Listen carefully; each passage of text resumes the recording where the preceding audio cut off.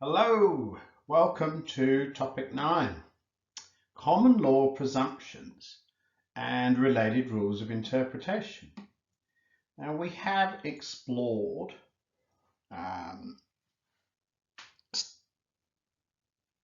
common law presumptions before. I think I've mentioned them in class, so let's have a look. We have commenced talking about the process of statutory interpretation, and in topic 8 the real focus was on text, context and purpose. And you may recall that diagram with the circles rippling out from text, context and purpose. And you may recall cases such as Project Blue Sky and Alcan Aluminium, in which the courts emphasised that the text must have primacy. You've got to start with the texts so that the courts are performing their proper role according to the separation of powers and the Constitution, in that they're just interpreting it. It does need to be considered in context so that it's Parliament's purpose in enacting the law isn't frustrated by the interpretation. Say it was an overly literal interpretation that might frustrate the purpose. So we're going to explore today the idea about context in a bit more detail by looking at the things people interpreting legislation, including lawyers, courts, public officials, what they need to consider when it comes to context. So the immediate context of a provision might be the words around it, even the wording of the division or the part or whole of the legislation surrounding it, to get a better idea of its meaning, possibly even related statutes, if it's, say, part of a scheme, and we did touch on that in topic 8. But the context might also include other statutes and common law rules. So we're going to have a look at that today. So what other kinds of statutes could, or common laws, or even international, other laws could be relevant? Well, there's always the Constitution, isn't there? So if the provision you're trying to interpret raises possible constitutional issues, obviously this is more of a role than for the High Court. But if you, say, for example, have doubts about whether the act in question you're interpreting is properly supported by, say, a head of power in section 51 of the Constitution, whether it impermissibly burdens people's freedom of political communication, you may need to consider the Commonwealth Constitution. And as we mentioned last week, there's also the Acts Interpretation Act 1901, Commonwealth, and then its equivalent state and territory equivalents. We focus on the Interpretation Legislation Act, the ILA, 84, because we're in Victoria. And we went through some provisions of these Interpretation Acts, 15AA, Section 35 of the ILA, mandating purposive approach, for example, in interpreting, and we talked about other provisions which would help unpack gender or distance or time of the examples we've used. Or indeed also an implied power to amend or repeal, for example, instruments that are made by the executive as delegated legislation.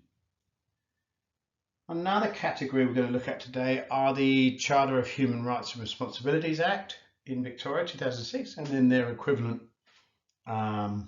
acts. Remember, there's one in the ACT, there's one in Queensland, and then there is a federal Commonwealth version, and they're all slightly different. So how can we use the Charter of Human Rights and Responsibilities in interpretation? How can that be relevant to the text that we're looking at? Well, Section 32 of the Victorian Act says, so far as it's possible to do so consistently with their purpose, comma, all statutory provisions must be interpreted in a way that's compatible with human rights. So when you're looking at another Victorian Act, their purpose, you have to interpret that Act as far as is possible to do so consistently with the purpose of that Act. You've got to interpret it in a way that's compatible with the human rights. And obviously, if you look at the definition of the Charter, that means the human rights as defined in the Charter that are covered. And then it says, look, Section 32, subsection 2, international law and the judgments of domestic, foreign and international courts and tribunals relevant to a human right may be considered in interpreting a statutory provision.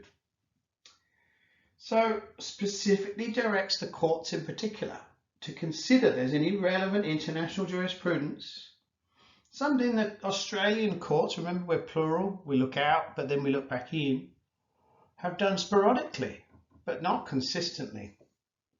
So this legislative prompt is in a way, it's not revolutionary, but it is an indication that Parliament, the Victorian Parliament, wants the courts to pay much more attention to international human rights law, noting that this section does not affect the validity of an act or provision of an act that is incompatible with a human right or a subordinate instrument that's incompatible with a human right. So how does this work? Well, we need to focus on the first words of that section, which was so far as it is possible to do so consistently with their purpose. Now, why would a formulation like that have been included? And then how does that affect Section 32? Does it limit it? And the interpretive requirements. So to understand the history of this, let's look at a case, Gaidan and Godin Mendoza, which is a 2004 UK House of Lords case, where they were considering the definition of a spouse, surviving a spouse, in legislation related to tenancy protection. So the House of Lords also had to apply the Human Rights Act 1988, Section 3 of which said you need to interpret the legislation consistently with the Human Rights and the Human Rights Act 1998, which was an implementation of the European Convention on Human Rights. So they're also dualistic, and they're putting into domestic law of the European Convention on Human Rights was the UK Human Rights Act 1998.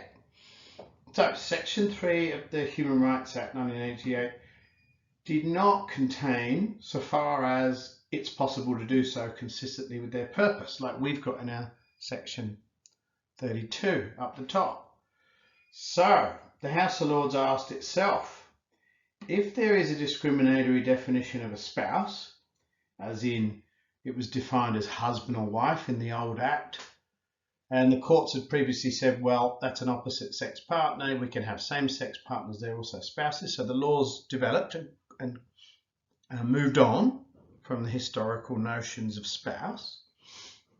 Could the House of Lords now use Section 3 of the UK Human Rights Act to expand the definition in the legislation they're seeking to apply to say that that legislation would now protect same surviving sex partners or de facto partners or both?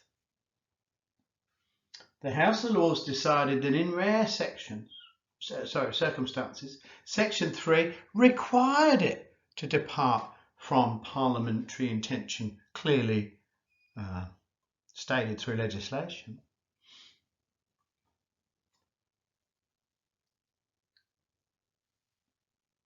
unless that would be inconsistent with a fundamental feature of the scheme of the legislation. So not so here, right? Because this was about regulating tenancies. It wasn't about gender or same-sex spouses. It was about protection of spouses. Obviously, times have changed since the 1970s when the Relevant Tenancy Act was passed, and the House of Lords said, well, to interpret it this way is not inconsistent with the fundamental features of the scheme of the tenancy protection legislation, so that they could continue to live in rented premises where they had been with their partner until the partner passed away. So they basically decided to redefine spouse in the legislation. So that, as you can imagine, provoked considerable controversy about the proper role of the courts. Were they straying into lawmaking? Were they legislating from the bench by changing the words of an Act of Parliament? Now, in the UK courts aren't as restricted by a rigid separation of powers as much as, say, in Australia, because they don't have a written constitution separated into chapters delineating edges of power that we described in our Venn diagrams. So what would the Australian High Court say in similar circumstances?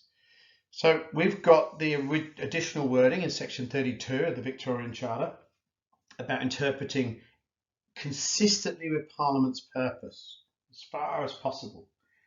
And, similarly, section 48 of the Queensland Human Rights Act and section 30 of the Australian Capital Territory Human Rights Act mirror the Victorian provision.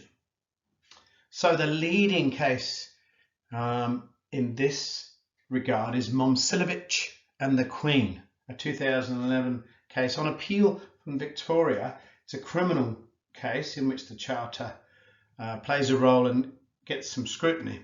So Vera Momcilovic is a solicitor. She's got a partner who is involved in the drug trade, and they stored some of their drugs in her freezer. Now, she was convicted of possession for sale, which is much more serious than mere possession, in that it's a trafficking offence and carries fairly stiff penalties. And one of the main reasons she was able to be convicted of possession, when she said, well, they're not my drugs, they're my boyfriend's drugs, was that Section 5 of the Drugs, Poisons and Controlled Substances Act 1981, they reversed the onus of proof. So she essentially had to satisfy the court that the drugs found on her premises were not hers, and she failed to adduce sufficient evidence to do that. So we call this a reverse onus provision, where the onus is shifted to the defendant in some criminal cases to disprove it, in effect, that they're guilty. So these obviously run counter to the presumption of innocence, which normally and usually requires the Crown prove everything, and the prosecutor must prove everything beyond a reasonable doubt. So there's a question about fair trial rights in the Victorian Charter. So the High Court said, well, Section 32 required interpretation of legislation consistently with Parliament's purpose, so far as it was possible to do so. And the High Court said that those words mean that it's effectively asking the courts to continue to do what they've always done, that is, implement Parliament's purpose and taking into account rights wherever possible. So we'll come back to how that was normally achieved under the common law. So they weren't as bold as the Gaydon style in the United Kingdom's House of Lords, where they were prepared to stand behind the rights enshrined in the UK. and instead said, oh, well, the court will protect rights as much as possible. So the differences, though, are quite telling between the majority and the minority in Momcilovic, because they indicate fundamental differences of approach. So the majority said Section 7 of the Charter, which allows rights, including the presumptions of innocence in criminal trials, to be limited for legitimate purposes. Curbing the drug trade is one of those purposes. So that had to be considered when the High Court's interpreting the legislation. Should it minimise the onus on Momcilovic so that she would less likely to be convicted? Is that the effect of the Charter? Well, the High Court said no. Parliament's intention was clear, that it wanted the onus to be on the defendant in cases like this in order to stamp out the drug trade. So the High Court said, as we've mentioned, that Section 32 says that when there's an ambiguity, essentially the court should choose the interpretation. If two interpretations are reasonably open, the court should choose the one that's more compatible with human rights. So you need an ambiguity. But they said under something that is known as the principle of or presumption of legality, and that's the common law rule that we'll come back to in a minute, the Charter doesn't really add anything. The courts already saw it as their role to protect common law rights where possible and to choose rights compatible interpretations wherever possible.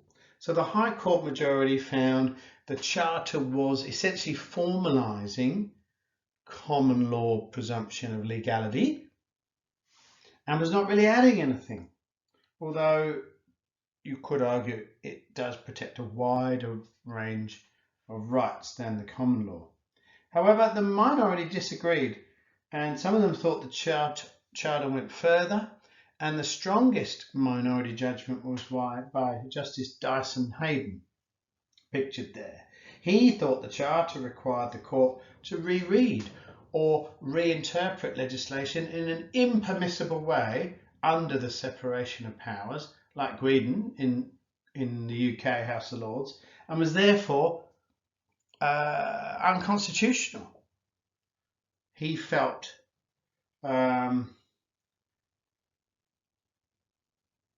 it was in the minority. So the question that the Charter survived a constitutional challenge because the majority said it was constitutional but really limited its effect in requiring the courts to interpret other legislation compatibly with human rights. So, you know, there's been questions. Professor Julie Debeljack at Monash, who's written much in this space. There's a link to one of her articles in your reading list. The question that Julie poses is if the Parliament went to all the trouble of enacting a charter, which, as you know, is difficult in Australia, and there'd been a lot of opposition to bills like this, they went to all that trouble of enacting a charter and directing the courts specifically, so the courts have to respect Parliament's intention in that regard, in that legislation, and give that a purposive approach. Well, why would the High Court say, well, it adds nothing to the old common law approach, when clearly Parliament seems to be placing more emphasis on a rights compatible interpretation, and obviously that dilemma or paradox remains to be resolved.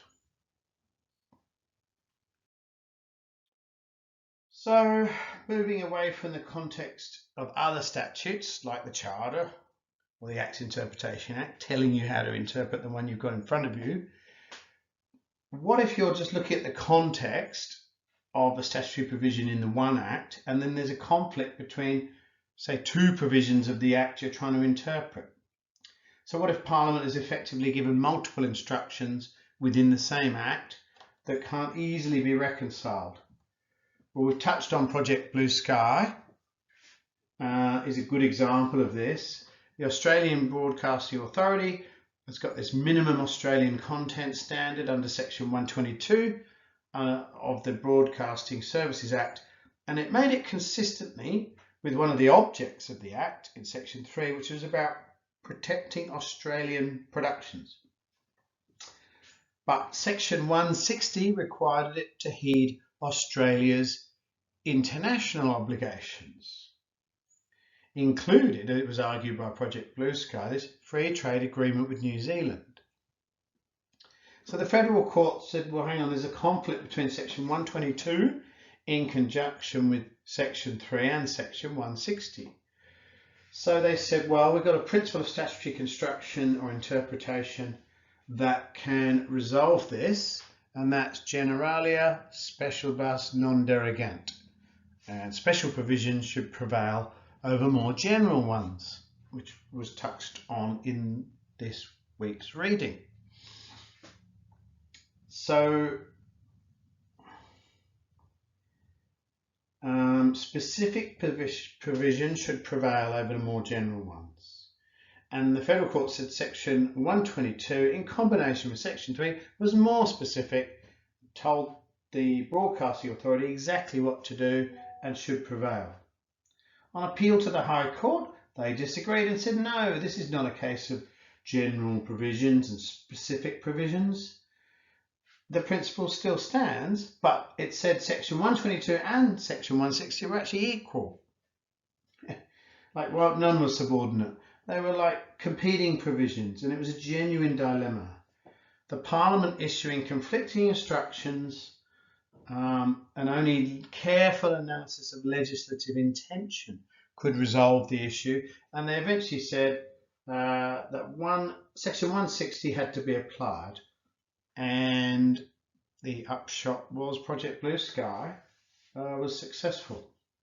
So it's highlighted for us that if there's a conflict in the context when it comes to interpreting a statutory provision, sometimes it can be resolved if one provision is quite general and another is more specific by this principle, this old Latin, this common law maxim of statutory interpretation. But other times you will need to, if the provisions are equally specific and they both are they're conflicting instructions, then you need to dig into exactly what Parliament intended in the circumstance. Okay, so in topic 8 we talked about how statutory interpretation can be seen as a dialogue between the courts and the Parliament. I use the word or the expression, it's a dance of power, isn't it? Bouncing back around those circles in the Venn diagram. So the courts are approaching, and obviously these two circles of the legislature and the judicature, that's the movement, and the legislature know roughly how the courts are going to interpret it, and the courts know roughly how Parliament presume the courts to interpret it. So there's a common understanding with drafters and with Parliament so that the system can function harmoniously and predictably. So part of this is a suite, if you like, of common law presumptions which the court have in mind and which are known to the drafters and which will be applied when it comes to resolving certain ambiguities in the legislation. Now, these are only presumptions, let's be honest, and they can be rebutted if Parliament explicitly and clearly expresses the wording of the legislation to override whatever the presumption is. So there's a default position, they'll look after our common law rights, but not because of parliamentary sovereignty if Parliament, in the words of another case, confronts the issue squarely and clearly and unambiguously, explicitly and clearly does something differently, then obviously a presumption is going to have to give way. All right, we'll have how that works later. Thanks.